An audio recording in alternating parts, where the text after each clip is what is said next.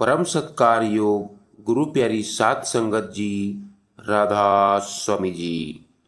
प्यारी सात संगत जी, बाबा जी ने कल डेरा ब्यास में सत्संग फरमाया।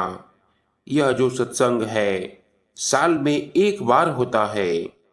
बाबा जी ने यह सत्संग चेयर में बैठकर और बिना पाठी के फरमाया।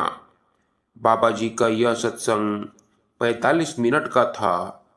बाबा जी समय से 10 मिनट पहले ही स्टेज पर आ चुके थे। संगत हर बार की तरह इंडिया के कोने कोने से आई हुई थी। बाबा जी ने सत्संग संगत की नजाकत को देखते हुए ही फरमाया। बाबा जी ने आज सत्संग के दौरान कही दिल छू लेने वाली बात, जिसे संगत भावुक हो गई। बाबा जी का यह सत्संग हम आपके साथ शॉर्ट में शेयर कर रहे हैं। आप जी से विनती है कि सत्संग को ध्यान पूर्वक सुने। बाबा जी स्टेज पर आए उस समय पाठी जी बहुत ही प्यारा शब्द गा रहे थे। बाबा जी ने फरमाया कि वह कुल मालिक परमात्मा हमारे शरीर के अंदर है, परंतु इस भेद को कोई बिरला ही समझ सकता है। इस समय हमारा जो दायरा है वह शरीर तक ही सीमित है। हम भूल गए हैं कि यह जो अनमोल मौका मिला है, यह जो हमें इंसान का जामा मिला है, यह उसकी पहचान करने की वास्ते मिला है। अगर इस भेद को कोई बिरला ही जान जाए तो बहुत बड़ी बात है। यह जो मौका हमें मिला है, यह अपने असल की पहचान करने के वास्ते मिला है। बाबा जी सत्संग के शुरुआत में कहा कि विनती है कि हम सत्संग में स्वामी जी का वचन सुनते हैं कि जो दुनिया कहती है संत महात्मा उसके हमेशा उल्टा ही कहते हैं। दुनिया कहती है कि आंखें खोल कर देखो, संत महात्मा कहते हैं आंखें बंद करके देखो। दुनिया कहती है कान खोल कर सुनो, संत महात्मा कहते हैं कान बंद करके देखो। दुनिया कहती है जीना सीखो, परंतु संत महात्मा तो कहते हैं कि जीते जी मरना सीखो। तो बाबा जी ने कहा कि परमार्थ किसे कहते हैं। परमार्थ हम अपना लेते हैं, लेकिन परमार्थ को हम समझ नहीं पाते। परमार्थ का मतलब है परम का अर्थ, वो कुल मालिक जिसने दुनिया बनाई है, पर हमने अपना दायरा शरीर तक सीमित रखा हुआ है। इंसान का जन्म असल की पहचान के लिए मिला है। हमने इस शरीर के आगे बढ़ना है। आए जाए सो माया, जो चीज बदलती है वो माया और वक़्त के दायरे में जाती है। बाबा जी ने कहा जो निचली जोनियां हैं वो भोग जोनियां हैं, और जो इंसान की योनि है वो कर्म जोनि है, और इंसान जोनि में कर्म भी किए जाते हैं और भोग भी भोगे जाते हैं। आगे बाबा जी ने कहा कि हमें निचली जोनियों से क्या अलग मिला। मालिक ने हमें सोचने की ताकत दी है, समझने की ताकत दी है, विवेक दिया है, ताकि हम अपने अच्छे व बुरे की पहचान कर सकें। मालिक ने हमें यहाँ कर्म करने के लिए भेजा है, असल की पहचान करने के लिए भेजा है। बाबा जी ने कहा कि संत महात्मा हमारे दरमियान उदाहरण बनकर आते हैं। अभी हम जिस्म के दायरे में हैं, हमारा दायरा छोटा है। फिर हम सोचते हैं कि किसी बाबे के पास चले जाएंगे, हमें रूहानियत मिल जाएगी। बाबा जी ने कहा रूहानियत ऐसे नहीं मिल सकती, वैसे तो अंदर मिलेगी। तो आप समझाते हैं हमने तो मांगने की आदत डाल ली है। हमें मांगने की जरूरत नहीं, हमें तो पहचान करने की जरूरत है। इसीलिए संत महात्मा समझाते हैं कि अंतर में ध्यान लगाने की जरूरत है। बाबा जी ने कहा मालिक ने हमारे लिए कोई भी कमी नहीं रखी। उसने हमें बहुत कुछ दिया है, बस जरूरत है तो पहचान करने की। हम पहचान नहीं कर पाते। फिर बाबा जी ने आगे कहा कि खाने के लिए 2 वक्त की रोटियां चाहिए, पहनने के लिए कपड़े चाहिए और रहने के लिए छत चाहिए। उसके बाद जो कुछ है वो सब ज्यादा है। तो आपने कहा था, क्या मांगू कुछ थिर ना रहाए। तो आप फरमाते हैं कि तुच्छिन होकर किछ मांगना, सब दुखा के दुख, दे नाम संतोखिया, उत्ते मन की भूख। मालिक ने हमने मालिक को मांगना है। कोई दौलत मांगता है तो कोई बाल बच्चे मांगता है, कोई धन दौलत मांगता है तो कोई कुछ। बाबा जी ने कहा कि हमें मालिक से मांगते हैं, हम ये सोचते हैं कि उसे पता नहीं कि हमें क्या देना है, या वो देना भूल गया। क्या हम उससे बेहतर जानते हैं? देख कर तो देखो कि हमारे लिए क्या सही है और क्या गलत। यह सब मालिक को पता है। हम कई बार सोच लेते हैं कि हम किसी बाबे के पास चले जाएंगे और वो हमारे कर्म उठा लेंगे। कर्म कोई भी किसी का नहीं उठा सकता, कोई भी किसी को नहीं दे सकता। कर्मों का हिसाब किताब तो हमें खुद देना पड़ेगा।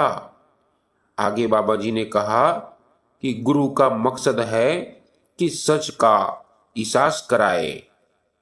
गुरु का मकसद ये नहीं कि हमें एक भ्रम से निकालकर दूसरे भ्रम में डाल दे।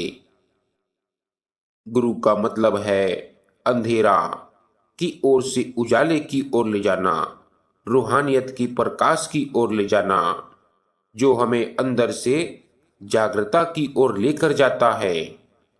फिर आगे बाबा जी ने बड़े प्यार से कहा कि हमने गुरु के पास जाकर सच का एहसास करना है। बाबा जी ने कहा, हम सत्संग में जाने की कोई भी कसर नहीं छोड़ते। हम अक्सर कहते हैं कि मुझे सत्संग सुनते हुए इतने दिन हो गए। सत्संग का मकसद क्या है? बाबा जी ने बताया कि हमारे यहाँ सत्संग पर किसी ने हाजिरी नहीं लगानी। हम कह देते हैं कि मुझे सत्संग सुनते हुए इतने दिन हो गए, इतने साल हो गए, नाम लिए हुए इतनी देर हो गई, पर कुछ भी नहीं बना। कभी किसी ने ये कहा कि मैंने सत्संग सुनकर ये अमल किया, सत्संग से ये विचार पकड़ा। ये सब हमारे भ्रमों में फंसने का नहीं, भ्रमों से निकलने का समय है। फिर बाबा जी ने कहा कि हम कदर नहीं करते। क्या हम कदर करते हैं? हम महल मांगते हैं, बड़े बड़े हमने घर बना लिए, और आप कहते हैं कि हमने सोना तो एक ही कमरे में है। फिर हम दूसरों को दिखाते हैं कि ये देखो कितने बड़े महल हैं, कितने अच्छे अच्छे डिजाइनर है, कपड़े हैं। हम कपड़े डालते हैं अपने जिस्म को ढकने के लिए। क्या हम सच के साथ जुड़े हैं? माया हम पर इतनी हावी है कि सच का एहसास ही हमें हो नहीं पाता। हमें जिंदगी मिली है, लेकिन हम जिंदगी के अहम पहलू पर ध्यान नहीं देते। आगे बाबा जी ने कहा कि नाम लेने का क्या मतलब है, कि कैसे जिंदगी को डालना है, कैसे जिंदगी को जीना है। बाबा जी ने एक महापुरुष की उदाहरण देते हुए कहा कि एक महापुरुष थे। वो अपने चेले को लेकर एक बार किसी गांव में चले गए। तो आप रात को शमशान घाट के पास ठहरे। तो आपके चेले ने देखा कि किसी की उम्र 2 साल लिखी है, किसी की उम्र 3 साल, किसी की 5 साल, किसी की 10 साल। चेले ने कहा कि इस गांव में क्या कोई बुजुर्ग नहीं रहता? तो आप हैरान हो गए। तो फिर आपने जब किसी से पूछा तो बताने लगा कि इस गांव के लोग सयाने हैं। उन्होंने अपनी उम्र इतनी लिखी है जितनी उन्होंने मालिक की भक्ति में काटी है। बाबा जी ने कहा, अब कोई हमारे से पूछे हमारी उम्र क्या होगी? फिर बाबा जी ने बड़े प्यार से कहा कि जो बच्चा भी चल नहीं सकता, हमारी भक्ति की सिर्फ इतनी ही उम्र है। फिर बाबा जी ने कहा कि अगर हमें कोई बोले कि पहाड़ों पर चले जाओ, तो ये काम हमारे लिए आसान हो जाता है। जंगलों पहाड़ों में चले जाने से यदि मन काबू में आ जाता, तो सभी के सभी जंगल पहाड़ों पर जाकर मालिक से मिलाप कर चुके होते। परंतु ऐसा कुछ भी नहीं है। हमें तो अपने मन को काबू में करना है, जो केवल और केवल भजन सिमरन के द्वारा ही काबू में आ सकता है। हमें घर परिवार बाल बच्चे छोड़ने की जरूरत नहीं है। हमें तो चाहिए कि हम रोज रोज मालिक की याद में भजन सुमिरन में अपने घर परिवार में रहते हुए बैठें, मालिक से मिलाप करें। लेकिन अगर कोई कहे कि चुप करके अंदर गुरु के दर्शन करो, तो हमें वही काम मुश्किल लगने लगता है। हमने तो भेड़ चाल में फंसे हुए हैं, हमें भेड़ चाल में नहीं पड़ना। आप फरमाते हैं कि हमें जो कुछ भी मिलेगा अंदर से मिलेगा। हम जब भी सत्संग में आते हैं, हमने तो अमल की कोशिश करनी है, हमने दिखावा नहीं करना। हमारा तो मन भी नहीं टिकता, हमारा तो भरम ही भरम है।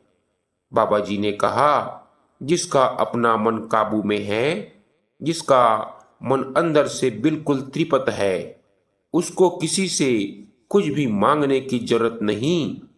मालिक को सब पता है कि किसे क्या देना है। अगर उसे पता ना हो तो और किसे पता हो सकता है? सब कुछ जानने वाला तो केवल मालिक है। उसे भली भांति पता है कि किसे कौन सी चीज देना है। हमें तो केवल अपने कर्मों पर ध्यान देना है। और कर्म कौन सी करनी है?